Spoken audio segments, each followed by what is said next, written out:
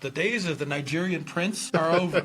Nobody's falling for that scam anymore. But now you get a phone call from your CEO saying, hey, I need the account number for the bank, or I need you to transfer this amount of money to this account number. And it sounds just like the CEO, and it came from his cell phone number. Yeah.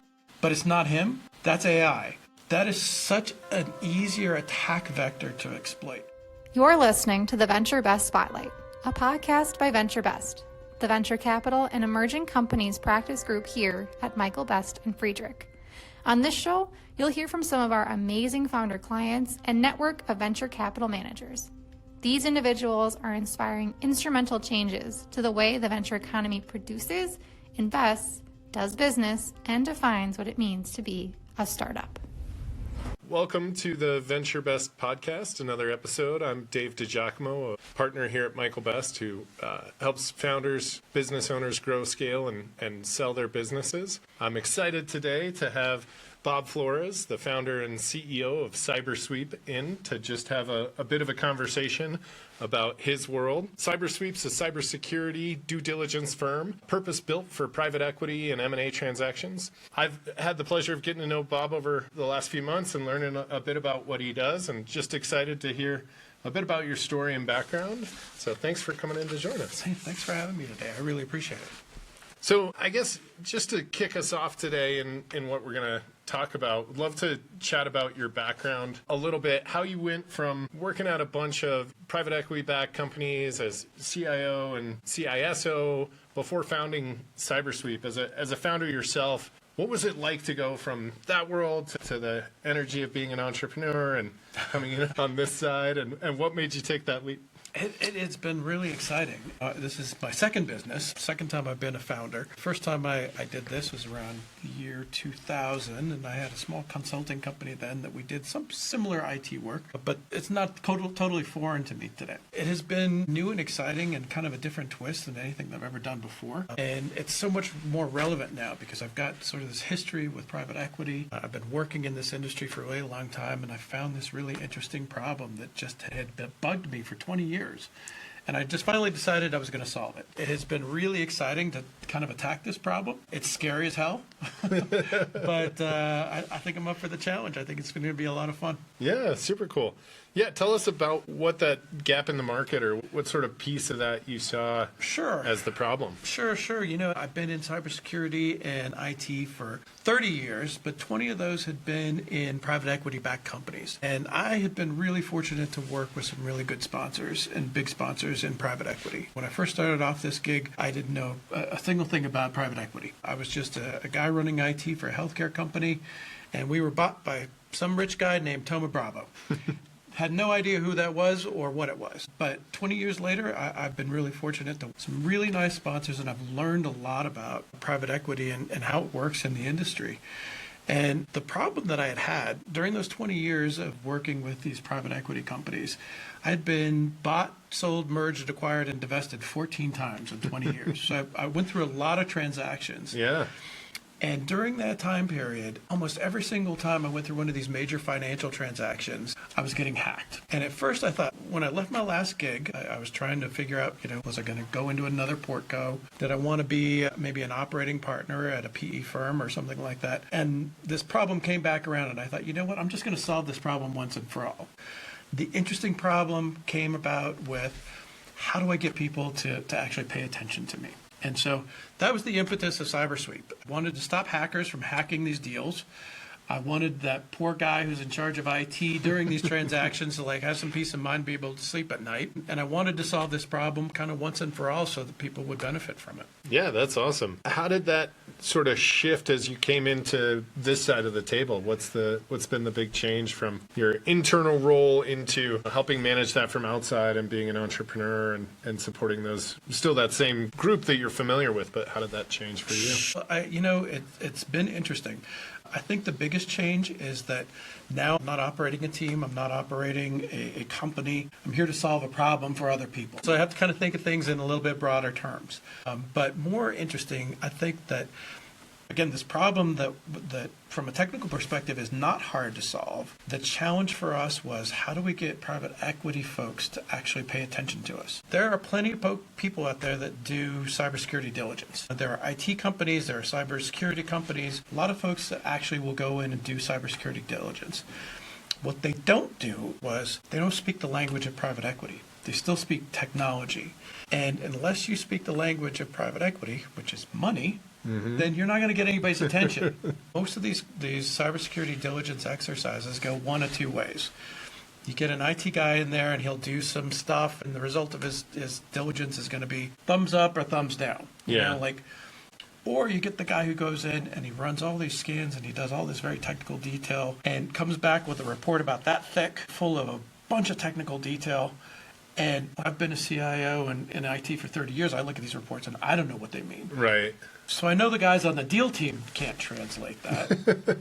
So what we decided to do was, we're going to take all that technical detail, but we're going to do the translation for the deal team and translate all that into financial terms so that they don't have to do the math. Yeah. Just tell me, what's my risk? How many dollars at the end of the day do I have on the table that I'm going to have to either spend or I'm at risk to fix this problem? Yeah. That was kind of the concept. Yeah, that's awesome. And it seems to make sense to me, especially as you're, looking at those deals as an attorney. I see all the time of sort of the 1-0 risk analysis, right? Either this is good or it's not. And so often I think the business application is much more complex, right? Having seen a couple of founders go through recent data breach incidents that we had to come in and kind of help navigate, it comes this really technical analysis of well, how bad is our problem and how many dollars is it? How do you actually quantify that? Take me through a process of, hey, instead of the 1-0, give me just a little more understanding of it. Well, here's what the actual financial risk is. Sure. Yeah. So, when we go in and look at a company, we look at 5 different areas of the business. A lot of folks, they'll rely on compliance reports. Hey, this business just passed a SOC 2 Type 2 audit, or they just passed a HIPAA audit, or they just passed a PCI audit. Hackers don't care about audits. They don't care if you passed an audit. That doesn't mean that they're going to go, oh, wait, let me turn around and go the other direction. These guys passed an audit. I'm not going to try to break into their company.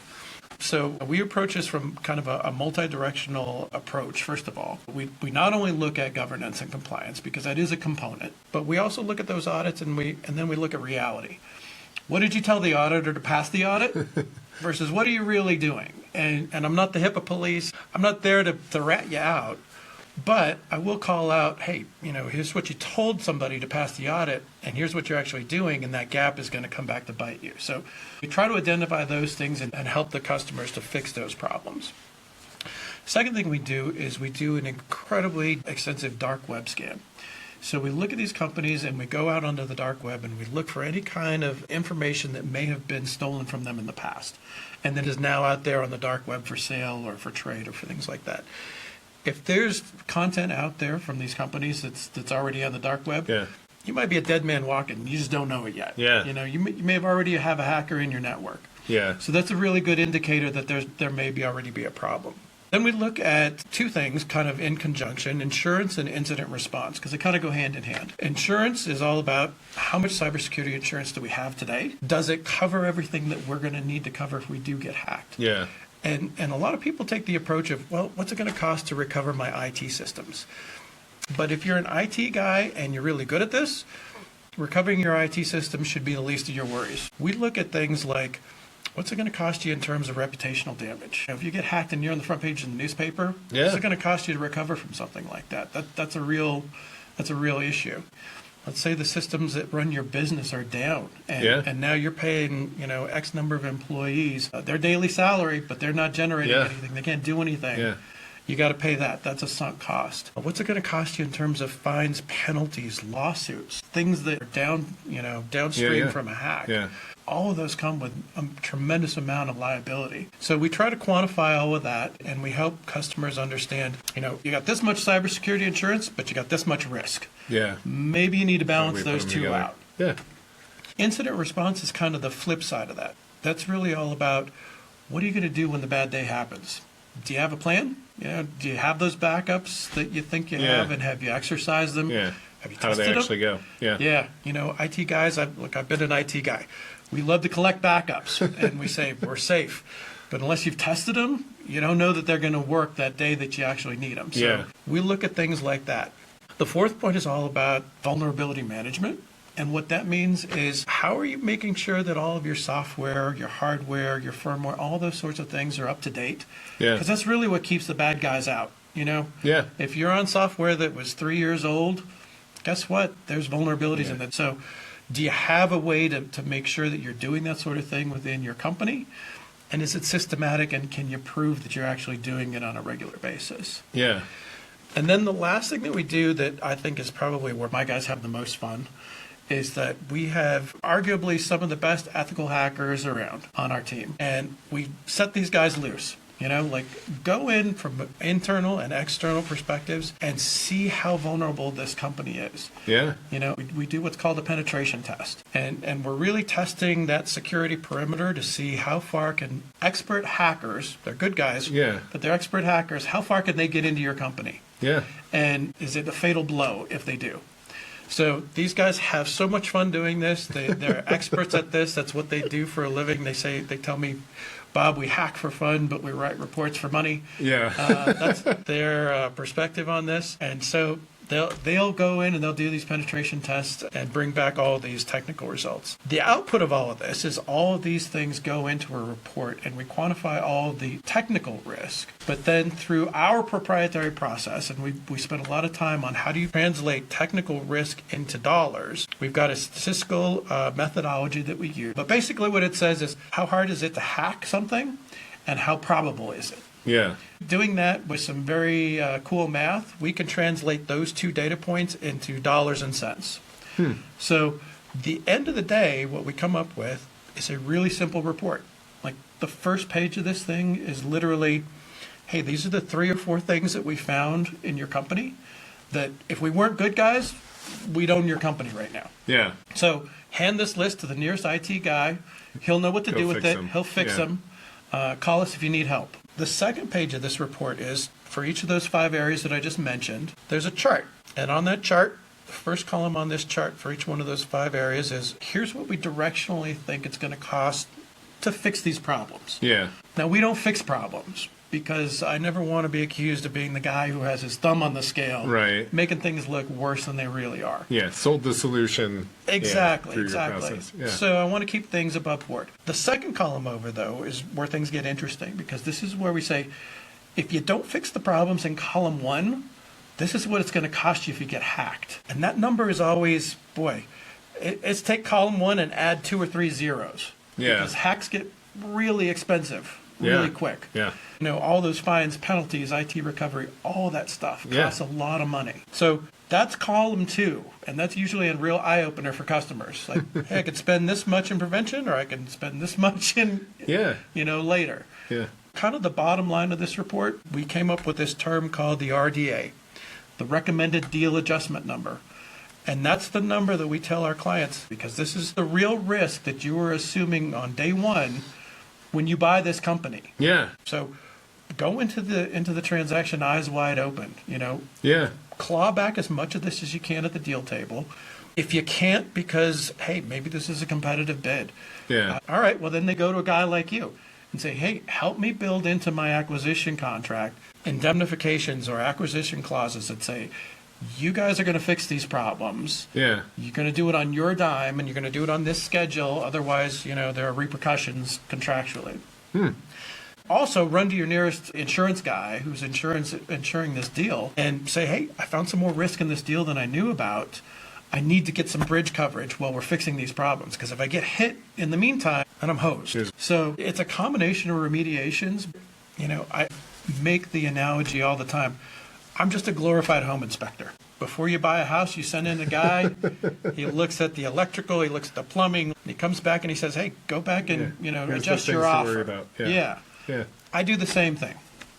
Yeah, I mean, it's an interesting positioning. It has me thinking about, hey, you have a business owner on the other side who's getting ready for a sale transaction. And I've heard folks throughout the years sort of make the joke about data privacy and breaches is like, there's 2 types of companies out there. Those who've had a data incident, breach, and those who don't know they've been hacked yet. Absolutely. And so I'm sort of curious how true you find that statement as you go through this diligence process. And to continue with your analogy, I think in those similar way, like every home's got something they didn't update, So how much of this becomes sort of a deal negotiation tool? And then also, how do you think about applying what you do to people who aren't in the middle of a transaction, or how do you kind of prepare the right way? Sure. I'll say this. One, everybody's at risk. Yeah. Every single day there's a new vulnerability that comes out. That's why they call them zero-day events. Every day somebody's inventing a new way to hack something. The way you have to think about it is, how do I compare with my peers? Yeah. How am I doing kind of on an average? Part of what we do, and we just rolled this out kind of this last year, is a new offering that we're calling Portfolio Shield.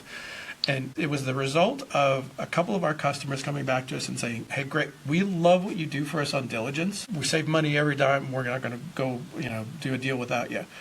But after the deal closes, we're still not cybersecurity experts. Yeah. How can you help us? How can you help us manage this on an ongoing basis as we go through the life cycle of this company? Yeah. And this kind of relates to your point of, how do I think about this as just sort of a runtime guy in a company? Well, what we came up with, and this is kind of addressing our customer needs, but applies to companies in general, is that, one, we help our customers to identify that checklist of things that are critical. So whether you're in a portco and you're part of a PE firm, or you're just some guy running a company, you got to know what your cybersecurity posture is. Bring in somebody to do a third-party assessment and do an exercise like what I've just described. Yeah. Look at those 5 points in your business and look at, where do I have weak spots? What do I need to shore up? What's at risk if I don't do this? Yeah. Because you have to understand that this is just a financial risk. I tend to think of cybersecurity not as a technical risk, although that's where its roots are, but it's really a business risk. It's a financial risk that has to be managed just like any other financial risk. If you can look at it that way, then you can manage it. Yeah, I love that way of looking at it. And to go to your comment about the insurance analysis, I've had the unfortunate position of having clients call us the day they have that data breach incident, which happens with our data team all the time. And then we're trying to go through with cybersecurity data attorneys, and we're worried about, what disclosures do we have to make? Who in the government do we have to contact? But one of the first other questions we always have is like, do you have a cyber policy? What does it cover? This audit on a cyber policy for any business owner, having gone through the mess of like, oh, what is actually covered? Does it cover legal fees? Does it let you pick your law firm? Does it let you provide protection or contact to all of your customers who've had the incident? Like, those steps seem so important. So I'd love to just pull at that thread. Tell me what else you see in the insurance analysis and that gap coverage, or anything fun there. Well, I'll tell you. So insurance companies aren't just the guys that you go to and they're just going to write a check and smile and say, great doing business with you. Yeah. The first thing out of the chute is that an insurance company is going to do what I do. They're going to look at your infrastructure and they're going to say, well, what did you do to prevent this? Yeah. And if you didn't do enough things to prevent whatever you are now suffering from, guess what? They're not going to just write that check out. They're going to fight you tooth and nail and say, hey, you should have done this or you should have done that. Yeah. Those insurance, I'm telling you, but you know this better than I do. Insurance policies are like stereo manuals, right? Like, yeah. They make them this thick for a reason, exactly. right? All the carve-outs. And, They're going to look for any excuse that they can to not pay you that policy. And by the way, it was probably undersized to begin with. Yeah. So not only are you not getting the full amount that you're going to need to recover from this hack, but they're also going to fight you tooth and nail for every little bit that you're going to get. Yeah. So you may not get even what you think you were going to get in your policy. Even when you have the insurance and you have the solution and you're working through it, it is a major distraction for the business, for the operator, from their day-to-day to now, oh gosh, I have this, multi-million-dollar risk bucket that I'm dealing with. Hey, and it could be anywhere from, a couple thousand to millions of people you're going to have to notify that something happened, depending on your business. There's a lot of, even if you get made whole on the insurance, the reputational harm, the larger brand harm to your business, and for the PE buyer or the seller, that's as important as ever, I think. It's going to be a total disruption to revenue. I guarantee that, because now IT is going to be focused on, how do I fix this major problem that's on my plate while still managing everything else that needs to happen in the business, and probably a growth plan that's very aggressive, especially if you're a portco. Yeah. Well, that's great. I want to shift gears from talking about that problem to the problem that is ever present in conversations these days. What's happening with AI? Obviously, in the last couple of days, I think two of the largest platforms announced that they're coming out with new technologies that are going after pieces of this puzzle, that they're doing a bunch of cybersecurity and training, I think, in OpenAI and Anthropic. I just am curious how that's coming into play for you. I'm curious how, for somebody who's literally in the cybersecurity world, a technical person, how that comes into play for you and how it's impacting the work you're doing. Boy, it's exciting times, let me tell you, because for every good guy that's out there using AI, there's probably 20 bad guys who are using it just as effectively and just as determined for their purposes. So I think that the biggest thing that frightens me is not necessarily the weaponization of AI from a traditional attack front. But I think the more interesting way to look at it is now AI is making things like phishing campaigns, like deep fakes, like all the things that are so much easier to exploit, easier for the hackers. The days of the Nigerian prince are over. Nobody's falling for that scam anymore. But now you get a phone call from your CEO saying, hey, I need the account number for the bank, or I need you to transfer this amount of money to this account number. And it sounds just like the CEO, and it came from his cell phone number. Yeah. But it's not him. That's AI. That is such an easier attack vector to exploit.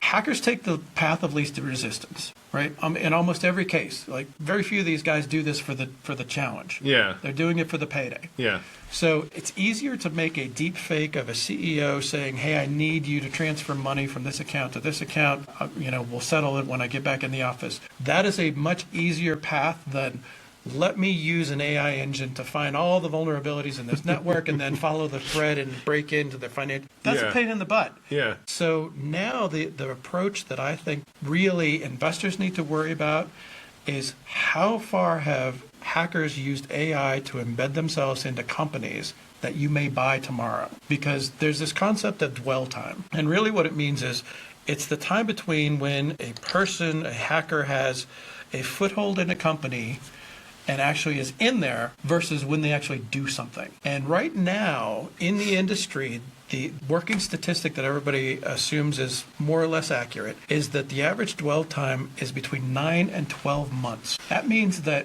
hackers are breaking into companies. Just sitting. And they're just sitting there. They're just waiting for something to happen. And if you're an investor and you're looking at a company and you're thinking of buying it, what if there's a guy already there waiting for you? Yeah. What if there's somebody just like, hey, this company doesn't make that much money today, but when that PE firm comes in and buys them, well, they got a lot of money. Yeah. They got $1 billion fund. I bet you I can do something then. That's what really scares me. And I think using AI to leverage that attack vector is becoming more and more prominent. Yeah, I mean, it's interesting. I happened to be at an alumni event for my law school recently, and there was a local judge. We were just chatting, and he was saying, I'm not going to know sometime soon whether a piece of evidence put in front of me in court was real or not, whether the video or the incident actually happened. And I think it's interesting to think about it unfolding, and especially in that context. How do you get a criminal conviction when you don't even know what's real or not? How are we going to navigate that? And as you think about it as it impacts cybersecurity or what's real in general, looking out in a crystal ball 12, 18 months, I'm going to ask you the really hard, is there a solution here? There are ways to solve this problem. You probably, when you got into this building, you have a badge, you have a PIN number. Yep. We call that multi-factor authentication. Things like that can be applied to some of these problems, but is there sort of a silver bullet that solves all of them? No.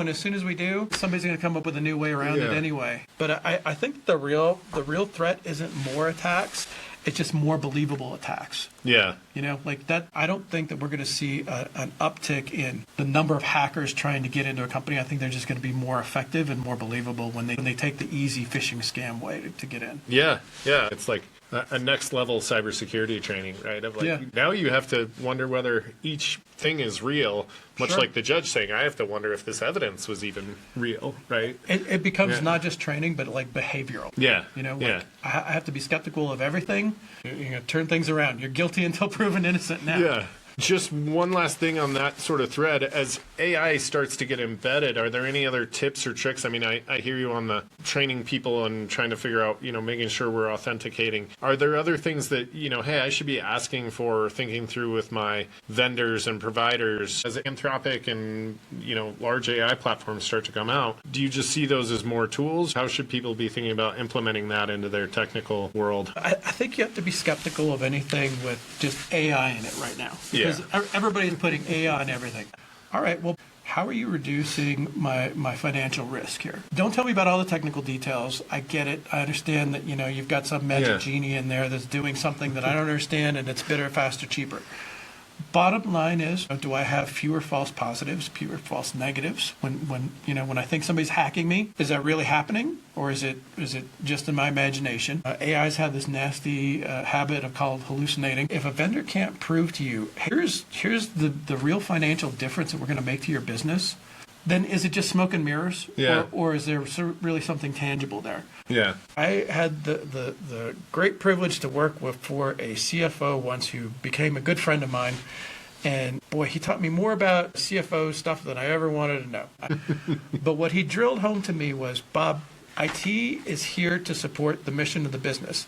And if you can't quantify what you're doing in terms of dollars and cents, then nobody cares. If it's not going to make you more money or you can't tangibly point to savings, then it's probably just marketing chaff. I love that lens of it. How does this actually support the business? And what's the financial case? Is it going to help you or not? There's got to be a payoff somewhere. Yeah. And I think all of the AI tools are similar. It's like, what's the return and reward, right, as we start to implement them? I think Absolutely. that continues to be true. Right? What's the ROI? Yeah, 100%. So, awesome. So, I'd love to shift out of my current favorite news topic and talk just a little more about managing growth. From your perspective, what's a common mistake that founders or PE sponsors make when they're thinking about cybersecurity as they're growing and acquisition, exit? How do they make some missteps or things that they could improve? Yeah. I think that more often than not, the biggest problem there's a misconception about is that IT is cybersecurity and cybersecurity is IT. They are two completely different things. Just because you've got an IT team doesn't mean they know diddly about cybersecurity. And most companies don't focus enough on cybersecurity and having a dedicated team. Now, I'm saying this in general for like small and mid-market companies. Large enterprises, those guys have teams dedicated to each one of these things. But I think that most people make the assumption that IT is handling cybersecurity. I've sat in both of these chairs, both as a CIO and as a CISO, and I cannot tell you how different those two chairs are. IT is all about, are my systems up? Are they running? Is the data there? Can people do the work that they need to do today on all the computer systems that I'm providing? Cybersecurity, their mission is, how do I lock all that stuff down? How do I make sure nobody can get into all that stuff that IT is providing? Yeah. And by the way, cybersecurity has such a huge human component that a lot of people overlook. That includes things like the training that you talked about earlier. Yeah. Like you got to lock your computer when you walk away from it every single time. Yeah. Because you never know who's roaming the halls who may want to look at something in your computer. There's even a physical component of cybersecurity that a lot of people don't think about. Yeah. One of our customers happened to be a healthcare company, and they hired us to do an assessment for them, but they also wanted to include a physical component of it because they had doctor's offices all up and down the East Coast. So we went and visited one of these doctor's offices, and what do you see when you go into a doctor's office? There's sort of a big desk and somebody behind. Greeting area. Yeah, there's somebody down there behind, 3 different monitors that are so big you can maybe see the top of their head. And we went into this doctor's office, and as we're talking to the receptionist, one of our physical penetration testers slips a USB drive in the back of the monitor. And guess what? And once you put that little USB drive in there, I have access to everything in that doctor's office and back at the home office as well. So when you think about cybersecurity, you have to think about silly things like, hey, maybe I need to stick a hot glue gun on the USB drive in the back of my monitors so that somebody can't just walk in and distract Just me while plug it they're in. plugging something in Yeah. and now have access to my entire network and all of my data. Two completely different disciplines. And I think that you have to make sure that you're paying attention to both. Yeah. That's a very common misconception and something that people overlook. Yeah, I think in my mind, I would say I've often lumped that together. It's like, oh, that's all the data. And Yeah. actually what I heard you just describe is like, and some level I'm aware of this, but hearing it described, they're actually at odds a lot, right? Like one of them is trying to enable just Absolutely. me getting my workflow done, and the other one's trying to protect everything, which I hate multi-factor authentication. It's required, but it slows down my workflow every single day. Right. Right. Because we're protecting our clients' data, and I'm sure you're protecting yours, but it does take an extra step, right? And Yep. so it's funny to think about those at tension. In a good organization, those are healthy tensions. There's give and takes, but in a good company that recognizes both of these things, there's emphasis on both. There's room for everybody. Yeah, that's awesome. In your own growth path, I'm curious about CyberSweep's growth. How have you thought about scaling and growing, deciding what to say yes to, what to delegate, when to hold on to certain things that you do personally in your role? Sure. Yeah. The hardest thing is saying no, right? Yeah. As a company, we get asked to do a lot of things. And I have been really adamant about being laser-like focused on what we do and what we do best. I don't want us to get distracted. I want to be focused on how we can be the best at what we're doing. Because as far as I know, we're the only company who's doing it this way.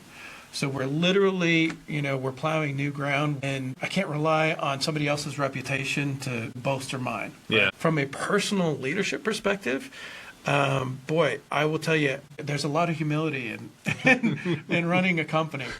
And I think the biggest lesson for me is Bob, know what you're good at and don't do things that you're not good at. Find other people that are good at those things and let them do it. But, in my career, I've always been a really good delegator. I know my limitations. I know what I'm good at and what I'm not. And I like to find really smart people that can help me fill those gaps. So it's always a challenge, and it's always very, it's always very humbling when you think, I don't know how to do that. Yeah, I remember that from my own founder journey a number of times where I was like, oh, I am out of my depth, and I need to walk away from this. It is a hard thing to do, to let go. Nice. Looking back so far, what's one lesson you wish you'd learned earlier and when you stepped into the role? Boy, I think that if I had to do it all over again, I would not have underestimated what it takes to change people's perception of how things have always been.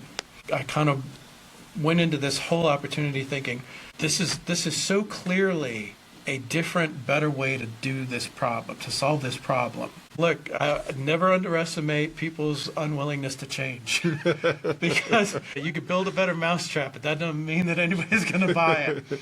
So I think that it's going to be challenging to get folks to kind of shift their mindset on how diligence works, how cybersecurity works across managing the risk in their portfolio, and how it can actually add value. I tell people, hey, for every dollar that you spend on mitigating risk, on managing risk within your companies, your portcos, across your entire portfolio, think of that exit day. When you're asking 5, 7, 10x for that company that you bought it for, cybersecurity is a component of that. And if you can tack a value onto it, like we do, you can add that to your valuation. And so I want everybody to understand, not only are you mitigating risk, but you're also adding value to the company.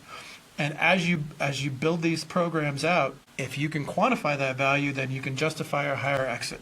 It's all about changing hearts and minds, I guess. What they call that, winning hearts and minds. Yeah, winning them over. Yeah, it's a great way to think about why this prescription matters. As your business is growing, as your exit multiples, as you're bringing in outside capital, those tend to also lead to news events, right? This was sold, this just raised X money. That moment is often the time that the hackers have their stable of things they're looking for. Yeah. And so being ready before that news event can be a huge decider or driver? Yeah, I'll tell you what, one of the strongest reasons that I started CyberSweep a couple years ago was that as I was doing research in the industry, I found this industry bulletin that was issued by the FBI back in 2023. And it was to the private equity industry. And this industry bulletin said, hey, look, guys, hackers are going on to PitchBook, they're going on to Crunchbase, they're going on to all of these deal sites where everybody announces what they're doing. Yep. They're finding these companies that are shiny little diamonds, and they're breaking in and they're waiting for you. Yep. And they're waiting for you to buy them, because once you do, they know that they've got a big fish on the line. Yeah. And somebody who can pay them. So be wary and do your diligence better. Yeah. Awesome. Well, it's been a great conversation. I have one last fun question for you here at the end. If you could pick one TV show, movie character to be the spokesperson for CyberSweep, Yeah. who would you pick and why? I want Rocket the Raccoon from Guardians of the Galaxy, I love Rocket. That's a good one. because he's kind of my guy. If I had to embody a character, it would be him. I think I'd fit seamlessly.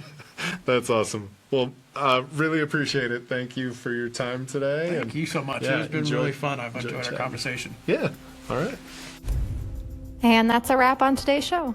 Thank you for listening to the Venture Best Spotlight. Don't miss another episode. Be sure to subscribe on Spotify, Apple Podcasts, and YouTube today. And if you really enjoyed today's content, please take a moment to rate and review the episode on your favorite podcast platform. Have a great day.